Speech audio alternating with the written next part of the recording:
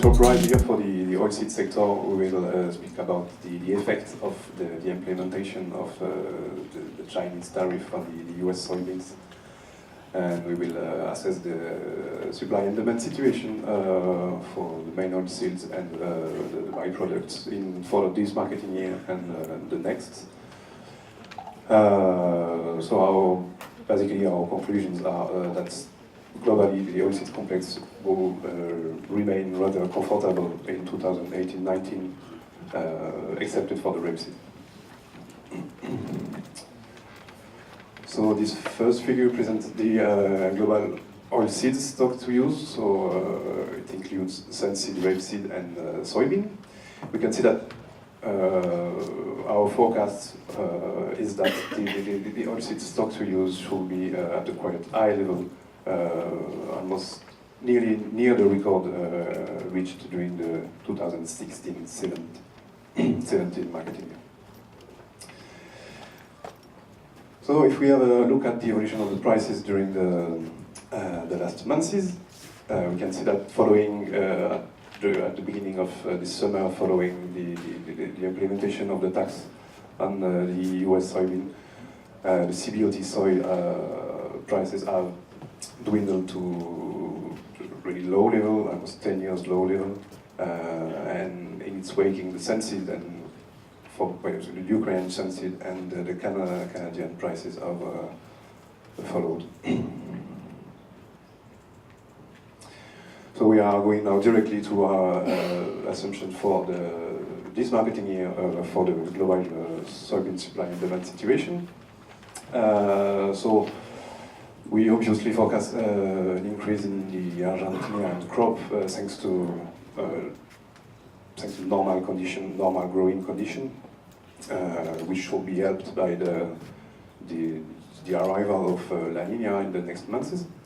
So the Brazilian crop should be quite big too, maybe a little bit lighter than last year. And the US are currently harvesting what should be the record soybean production. On the demand side, we expect most of the increase in demand to come from Argentina, which will have a lot more soybean to crush than last year. And from the other countries and the EU, the other countries are benefiting now from increased crush capacities and good crush margins. So the EU Russia will also benefit from good crush margins and a poor rapeseed crop, which will fuel the crushing activity. So, looking at the balance sheet as a whole, we are expecting a plus 30 million ton global oilseed production and plus 16 million ton increase in demand, which should lead to a comfortable situation for the global soybean supply and demand. But with, of course, a really diverse situation between North and South America. With in North America, you've got the monthly soybean prices for Gulf in orange on this graph. So it has been dwindling following the implementation of the soybean tax. And because of the assumed arrival of this really big crop. It will remain more or less the same. The soybean prices in the US will remain quite low. We will see them a little bit further. And while in Brazil, so the Chinese demand have been depleting the soybean stocks, so they are now buying crusher stocks.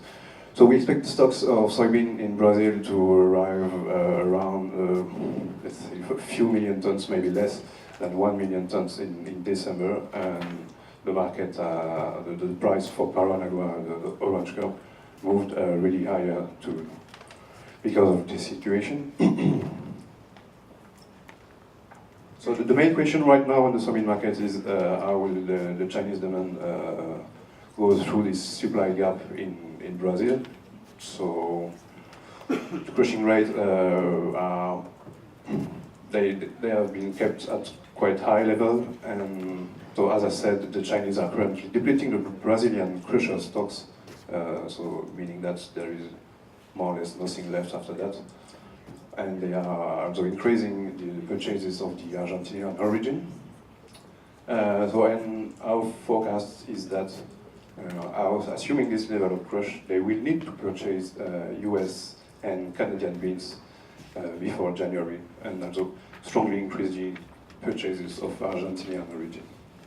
Another option could be that Brazil imports US beans, but while it's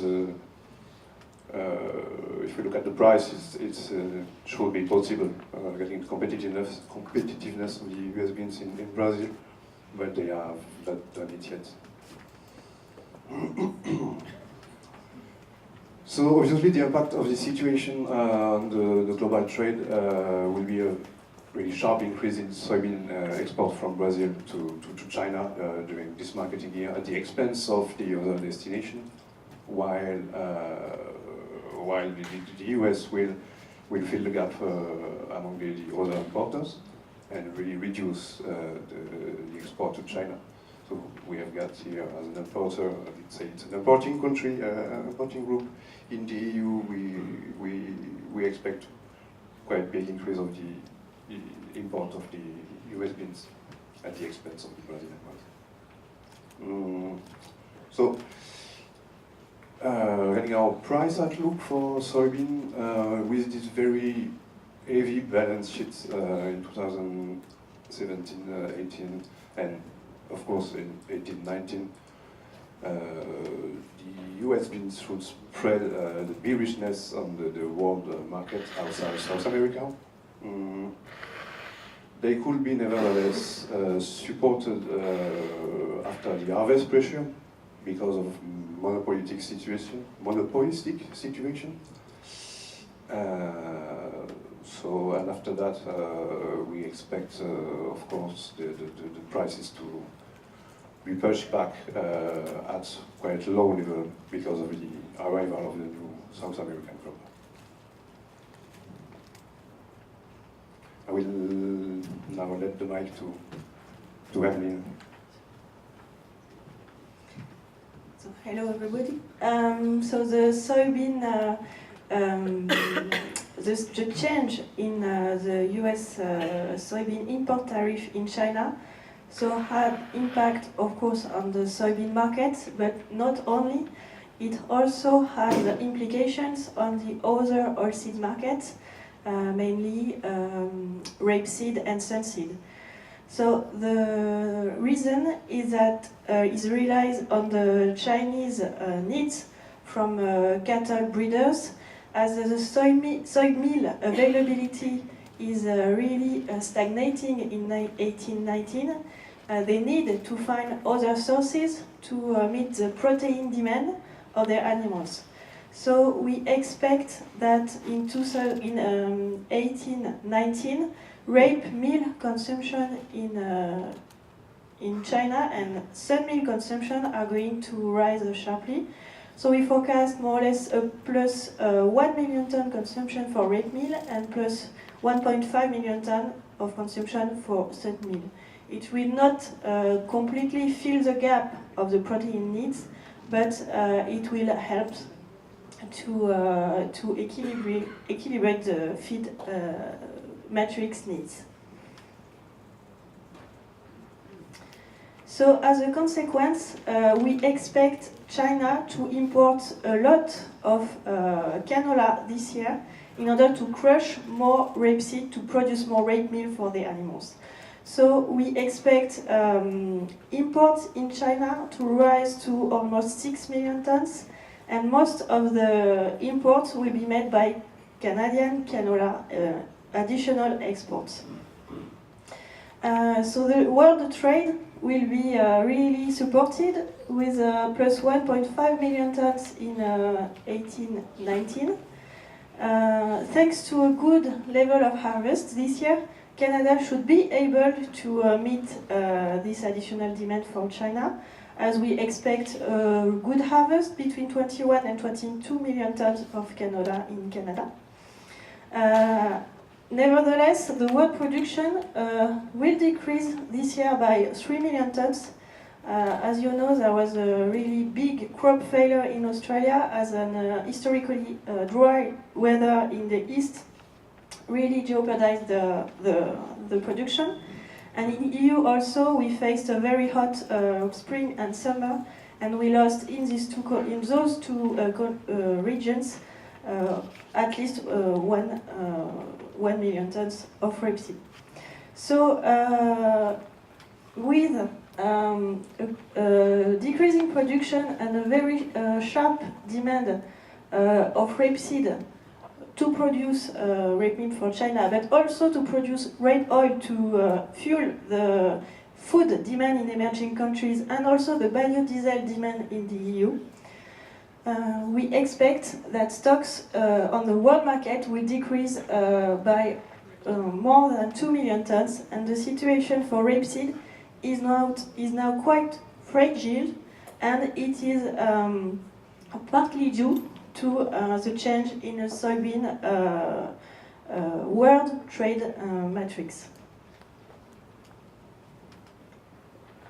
So as I said, the rape oil demand is going to be still quite sustained in the next marketing year due to the EU rape oil consumption to produce biodiesel. So what are our main expectations? So for consumption in the EU, the incorporation rates of biodiesel are going to rise in many EU countries on the 1st of January 2019. So we think that this will drive the biodiesel consumption in Europe up by 1 million tons between 17-18 and 18-19. So the question is, how will this additional demand be met? By higher imports or by higher production? You may know that recently the EU Commission has decided to postpone his decision to implement or not anti-dumping taxes on biodiesel from Argentina, which flowed into EU market last year. So what we expect now is that in the end they will implement this anti-dumping tax in the beginning of the 2019 calendar year, and that it will stop the import coming from Argentina.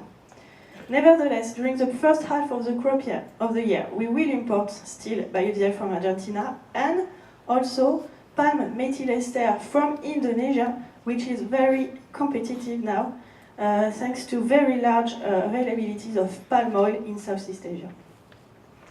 So we forecast imports of biodiesel close to 2 million tons again in the 19 year. Nevertheless, we have an additional demand of 1 million tons, so we think that in Europe we will produce more biodiesel this year compared to the year before. And it will imply plus 0.5 million tons of rape oil consumed to produce rape methyl ester. So this final decision of the EU Commission has to be monitored very carefully. Depending on what it implements in the end, the rapeseed supply and demand balance in EU could be completely changed.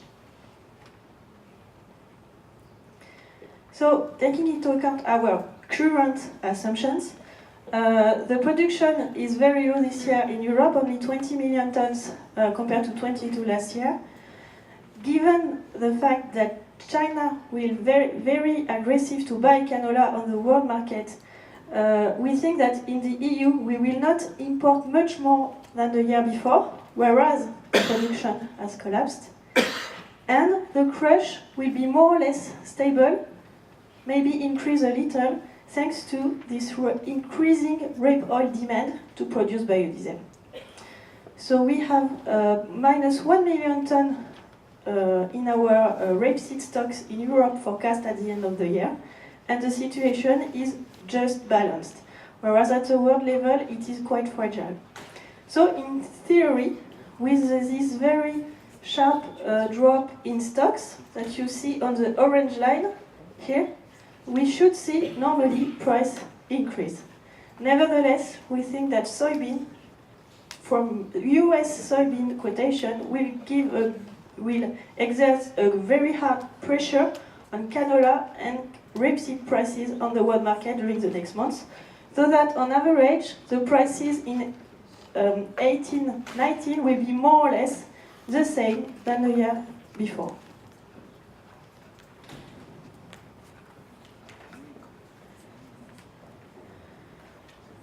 So for the next months, you see here canola prices in green, rapeseed prices in Hamburg in blue, and Ukrainian prices in Odessa in orange.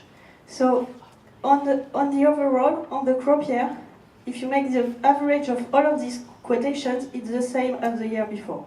But prices have decreased at the end of the 17-18 marketing year due to the very big stocks of US soybean and due to the very big stock of rapeseed also in Europe.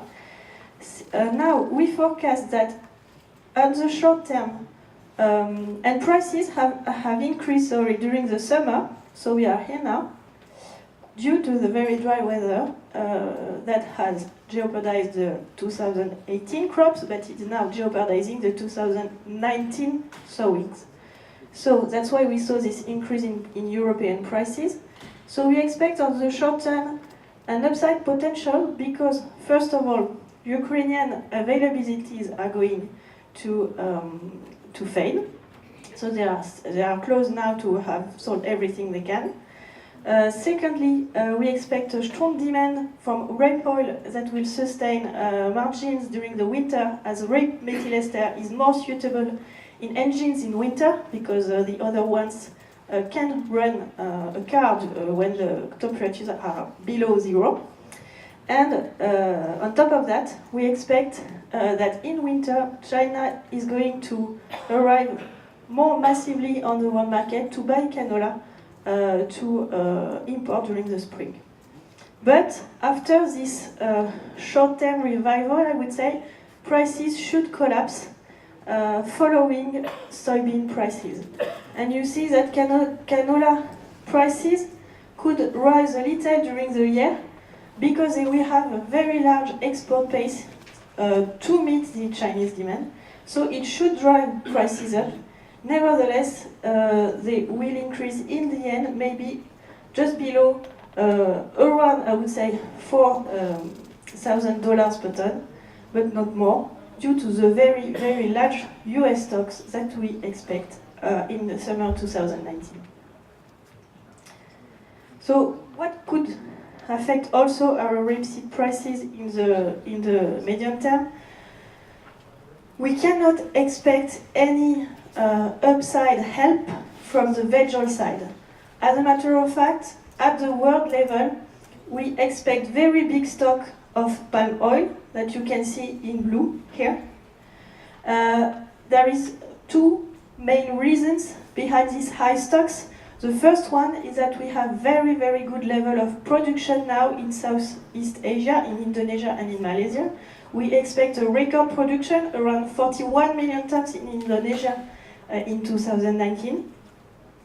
And on top of this good level of supply, the world demand for veg oil has been really slowed down during the last months due to first, the very high import tax that India implemented on crude and refined veg oil, first at the end of 2017, and then it increased again these taxes that are around 50%, more or less, depending on the veg oils, but it's a very, very huge import tax that, in the end, caused a reduction in imports in India, which never happened during the last 10 years. So, more or less, we have now a growth in veg oil needs in China, which is still exists. It's still consume more vegetable from one year to another, but the growth is really slower now that the China economic is more mature. So for all these reasons, we have very large stock of vegetables at the world level, and we don't think that prices of these oils should increase a lot during the next year, so that they will not help prices of rapeseed to rebound a lot. The other factor very important to follow is the 2019 production of rapeseed in Europe. You know that the weather is very dry. Since already 3 or 4 months, we have no rain, almost no rain, in some regions in France, in Germany, in Central Europe. And we expect in all those areas a decrease of at least 10% of the area. For France, we even forecast a 20% decrease area, and this figure could even decrease more. So, in other countries, the situation is more favorable, but in the end, at the EU level, we already lost 10% of the area we had last year. So, the weather during spring will be really important, as the 2019 crop is already jeopardized. If we had another dry weather in spring, I think that it could really, this time, lead to very high increase in prices. Whereas if the conditions are very good, rapeseed could recover, as we know that it's a plant that is able to, but is quite resilient, and that could benefit from good weather in the spring.